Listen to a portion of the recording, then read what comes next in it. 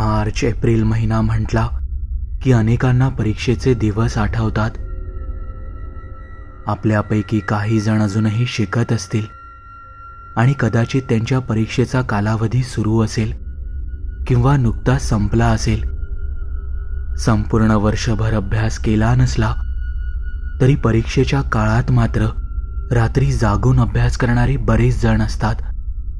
अशाच एका रात्री आलेला हा एक भयान अनुभव. पण कथेला सुरुवात करण्याआधी महत्त्वाचे, जर तुम्ही आपल्या चॅनलवरती नवीन असाल तर आपल्या चॅनलला सबस्क्राईब नक्की करा आणि बेल आयकॉनवरती क्लिक करा, म्हणजे तुम्हाला पुढील येणाऱ्या व्हिडिओचे नोटिफिकेशन लगेच मिळेल. तर चला मग टीकेच्या अविस्मरणीय भयान जगात.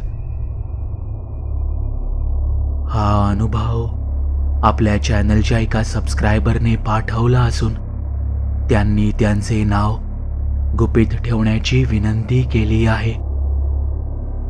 अनुभव माझ्यासोबत बरोबर 1 वर्षांपूर्वी एप्रिल महिन्यात घडला होता. तारीख मला खूप नीट लक्षात आहे. 20 एप्रिल. मी नुकतीच 10वी बोर्डाची परीक्षा दिली होती. सुट्ट्या लागल्या होत्या. वर्षभर बरीच मेहनत केली होती, त्यामुळे काही दिवस सुट्टीचा आनंद अनुभवत होतो. पण मला जेईईची परीक्षा द्यायची होती आणि त्यासाठी चांगले कोचिंग क्लासेसही लावायचे होते. पण आर्थिक परिस्थिती चांगली नसल्या कारणाने मी त्या एका कोचिंग क्लासेसची स्कॉलरशिप द्यायचे ठरवले. माझी स्कॉलरशिपची परीक्षा 10वीच्या NCERTवर होती. मी स्टेट बोर्डचा विद्यार्थी असल्याने माझे गणित आणि विज्ञान हे विषय मी NCERT प्रमाणे शिकू लागलो, त्याचा अभ्यास करू लागलो. परीक्षा 20 एप्रिलला होती. माझ्यासोबतच एका चुलत भावानेही त्या परीक्षेचा फॉर्म भरला होता. काही दिवसांनी हॉल तिकीट मिळाले तेव्हा परीक्षेचे सेंटर माझ्या काकांच्या गावी आले. त्यामुळे 2 ते 3 आठवड्यांपूर्वीच मी तिथे जाण्याचे ठरवले. सगळी पुस्तकं आणि इतर आवश्यक ते सामान घेऊन मी काकांच्या गावी पोहोचलो. मी आणि माझा चुलत भाऊ दोघं मिळून अभ्यास करायचो. म्हणजे त्याला काही अडले की तो मला विचारायचा आणि मला काही अडले की तो मला मदत करायचा. काही दिवस घरीच अभ्यास केला, पण घरी अभ्यास नीट व्हायचा नाही. म्हणून आम्ही जवळच्या अभ्यासिकेस जाऊ लागलो. ग्रंथालय वजा अभ्यासिका होती ती, एका जुन्या पडक्या घरात. घराची थोडीशी डागडुजी करून आत अभ्यासिका तयार केली होती. तिथे माझा खूप चांगला अभ्यास होत असे, कारण आजूबाजूचे वातावरणही खूप शांत असायचे. मी आणि माझा चुलत भाऊ सकाळी म्हणजे 6च्या दरम्यान उठायचो आणि 7 वाजेपर्यंत सगळे आटोपून अभ्यासिकेस जायचो. काकांच्या घरापासून ती अभ्यासिका जवळपास अर्धा किलोमीटरवर होती. सकाळी गेलो की फक्त जेवण करण्यासाठी घरी यायचो आणि मग पुन्हा तिथे जायचो. संध्याकाळी 7ला ती अभ्यासिका बंद होत असे, त्यामुळे नंतर घरी येऊन आम्ही अभ्यास करायचो. आधी म्हटल्याप्रमाणे अभ्यासिका एका जुन्या घरात होती, जिथे पूर्वी सार्वजनिक ग्रंथालय होतं. परीक्षेला अवघे 10 दिवस राहिले होते, त्यामुळे मी माझ्या भावाला म्हणालो की आपण अभ्यासिकेत रात्री उशिरापर्यंत थांबून नीट अभ्यास करू, कारण घरी अभ्यास होत नाही. तिकडच्या दादाला विनंती करून बघू की तो चावी देतो का. त्यावर तो म्हणाला की काही गरज नाही, आपण घरीच अभ्यास करू, कशाला कुठे रात्री अपरात्री थांबायचे. पण मला त्याचं काही ऐकायचं नव्हतं, कारण ती अभ्यासिका मला खूप आवडली होती. तिथले शांत वातावरण वेगळेच वाटायचे. मागच्या बाजूला एक छोटीशी बाग आणि त्यामागे घनदाट झाडी होती, पण मागचा दरवाजा नेहमी बंद असायचा. माझ्या हट्टापुढे माझ्या चुलत भावानेही माघार घेतली, पण मला पुसटशी कल्पनाही नव्हती की या हट्टाची किती मोठी किंमत चुकवावी लागणार आहे. दुसऱ्याच दिवशी संध्याकाळी निघताना माझ्या चुलत भावाने त्या दादाकडे चावीसाठी विनंती केली, पण त्यावर तो म्हणाला, माझे ऐका, इथे रात्री थांबणं जरा धोकादायक ठरू शकतं. मी जरा कोड्यातच पडलो की त्याने असे का सांगितले असावे. कसला धोका असेल इथे? मी त्याला विचारण्याचा प्रयत्न केला, पण त्याने सांगायला टाळाटाळ केली. मी सुद्धा त्या गोष्टीकडे जास्त लक्ष न देता त्याला चावी द्यायला मनवू लागलो आणि शेवटी बऱ्याच वेळानंतर तो तयार झाला. त्याने आम्हाला चावी दिली आणि जाताना अचानक थांबून सांगितलं, हे बघा, दोघांनी एक गोष्ट लक्षात ठेवा, रात्री अभ्यासिकेच्या मागच्या दाराजवळ अभ्यासाला बसू नका.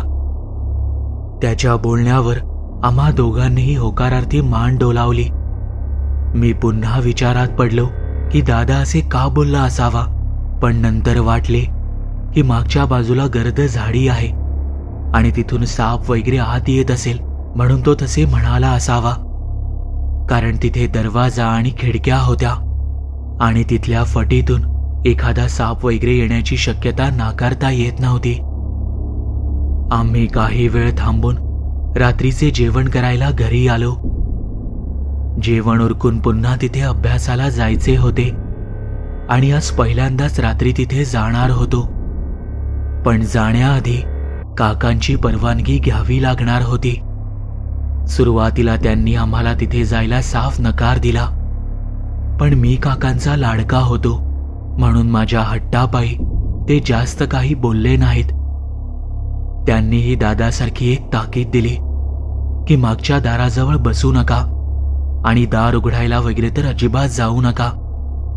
मी त्यांच्या बोलण्याकडे जरा दुर्लक्षच केलं. जेवण झाल्यावर आम्ही अंगणात शतपावली करत होतो तेव्हा मी सहज भावाला विचारलं की सगळे आपल्या अभ्यासिकेत रात्री जायला विरोध का करत आहेत, पण त्याच्याकडे उत्तर नव्हते किंवा कदाचित त्याने ते उत्तर देणे आवर्जून टाळले. काही वेळ अंगणात शतपावली करून झाल्यावर आम्ही तिथे जायला निघालो. 10 ते 15 मिनिटात अभ्यासिकेत पोहोचलो. कुलूप उघडले आणि आत आलो. अभ्यासिकेची वेळ 7ची असल्याने साहजिकच आमच्या दोघांशिवाय कोणीही नव्हतं आणि येणारही नव्हतं. त्या रात्री अगदी मनासारखा अभ्यास झाला आणि मी खूप खुश होतो. पुढचे 8 दिवस रात्री 1 पर्यंत अभ्यास करायचो आणि मग झोपायला घरी यायचो. इतर दिवसांप्रमाणे आम्ही त्या दिवशीही अभ्यासिकेत गेलो. 2-2.5 तास अभ्यास झाल्यावर मला 5 मिनिटे ब्रेक घेऊन गाणी ऐकायची सवय आहे. त्यामुळे 11:30च्या दरम्यान मी जागेवरून उठलो आणि असाच फिरत गाणी ऐकू लागलो. फिरता फिरता नकळतपणे मी मागच्या दरवाजाकडे गेलो आणि तिथे एका खुर्चीवर बसलो. मोबाईलवर मंद आवाजात गाणं सुरू होतं. काही वेळ तसाच बसून राहिलो. 10 मिनिटं झाल्यावर मी उठलो आणि गाणं बंद केलं. तसे मागच्या दारावर थाप पडली. मला वाटले की वाऱ्यामुळे दरवाजा हलला असावा म्हणून तसे जाणवले असेल, कारण तो जुन्या काळातला लाकडी दरवाजा होता. मी लक्ष न देता तिथून जाऊ लागलो. तसे पुन्हा एक जोरात थाप पडली. मला कळून चुकले की कोणीतरी मागच्या बाजूला आहे. मी पुढे जाऊन ते दार उघडणार तितक्यात भावाची हाक ऐकू आली आणि मी त्याच्या डेस्क जवळ गेलो. त्याला एक गणित अडलं होतं आणि म्हणून त्याने मला हाक दिली होती. विचारल्यामुळे ते सोडवत बसलो आणि काय घडलं ते त्याला सांगायचेच विसरलो. पुढचा 1-1.25 तास आम्ही अभ्यास करत बसलो. साधारण 1:05ला आम्ही उठलो आणि घरी जायची तयारी करू लागलो, कारण खूप उशीर झाला होता. तिथून बाहेर निघालो आणि जसे कुलूप लावणार तसे आत खुर्ची पडण्याचा आवाज आला. मी पटकन आत गेलो, लाईट लावले आणि कुठून आवाज आला ते पाहू लागलो. काही कळते ना कळते तोच मागच्या दारावर पुन्हा थापा पडू लागल्या आणि जसा तो आवाज थांबला तसे मांजर ओरडण्याचा आवाज येऊ लागला. जणू दरवाजा पलीकडे कोणीतरी आहे. माझा भाऊ बाहेर उभा होता म्हणून त्याने काही ऐकलं नसावं. माझी पावलं नकळत त्या दरवाजाकडे वळू लागली. तितक्यात माझा भाऊ आत आला आणि मला हाक देत त्याने भानावर आणले. तसे पुन्हा त्या दरवाजावर धापा पडल्या. आम्ही दोघंही घाबरून एकमेकांकडे पाहू लागलो. माझा भाऊ फक्त एकच वाक्य म्हणाला, चल इथून. मलाही घडणाऱ्या गोष्टी साध्या वाटत नव्हत्या. आम्ही बाहेर जायला मागे वळलो तशी अचानक लाईट गेली. त्या अभ्यासिकेत गडद अंधार पसरला आणि त्याचसोबत सगळं काही एकदम शांत झालं. मी खिशातून मोबाईल काढला आणि फ्लॅशलाईट सुरू केला. तितक्यात मागच्या दरवाजातून रडण्याचा आवाज येऊ लागला, जो एका बाईचा वाटत होता. भीतीने माझी पावलं जागीच खेळली आणि पुढच्या क्षणी एक वाक्य कानावर पडलं, कुठे चाललात? मला पण सोबत घेऊन चला. आवाज ऐकून मी झटकन मागे वळलो आणि फ्लॅशलाईट त्या दरवाजाकडे फिरवला. तसे जाणवले की त्या बाजूच्या खिडकीत एक बाई सदृश्य आकृती आम्हालाच पाहत आहे. तो भयान प्रकार पाहून माझ्या पायाखालची जमीनच सरकली. माझ्या भावाने माझा हात खेचतच मला बाहेर आणले आणि आम्ही दोघंही जीवाच्या आकांताने घराच्या दिशेने धावत सुटलो. मागून वेदनेने भरलेल्या किंचाळ्या ऐकू येत होत्या. आम्ही कसेबसे घरी पोहोचलो. घाबरलो असल्यामुळे झोपही लागली नाही. दुसऱ्या दिवशी सकाळीच जाऊन अभ्यासिकेची चावी त्या दादाला देऊन टाकली. त्याला आम्ही काहीच बोललो नाही आणि त्याने काही विचारलेही नाही. नंतर गावात विचारपूस केल्यावर कळले की त्या अभ्यासिकेच्या मागे एक पडकी विहीर आहे. पूर्वी तिथे राहणाऱ्या कुटुंबातील एका स्त्रीने नवऱ्याच्या जाचाला कंटाळून त्या विहिरीत उडी मारून जीव दिला होता.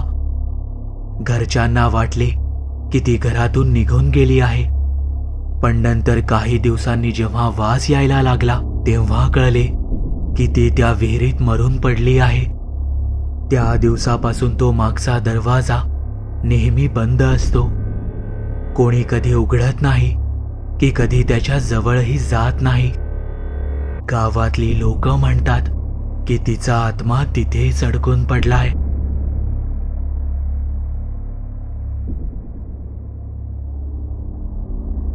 तुम्हाला ही कथा आवडली असेल तर या व्हिडिओला लाईक आणि शेअर करायला विसरू नका.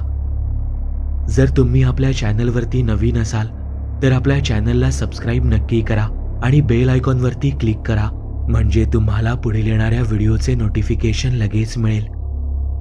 तुमच्याकडेही अशा कथा किंवा अनुभव असतील तर ते तुम्ही मला आपल्या वेबसाईटद्वारे म्हणजेच TEKStoryteller.com द्वारे पाठवू शकता. त्याची लिंक मी या व्हिडिओच्या डिस्क्रिप्शनमध्ये दिली आहे. आपल्या चॅनलबद्दलचे अपडेट्स मिळवण्यासाठी आपल्या फेसबुक, इंस्टाग्राम, ट्विटर आणि टेलिग्राम या चॅनल्सला फॉलो करायला विसरू नका. आपल्या चॅनलवर पोस्ट झालेल्या सगळ्या कथा तुम्ही आता आपल्या वेबसाईटद्वारेही वाचू शकता. त्यासाठी आपल्या वेबसाईटला म्हणजेच TEKStoryteller.com ला भेट द्यायला विसरू नका.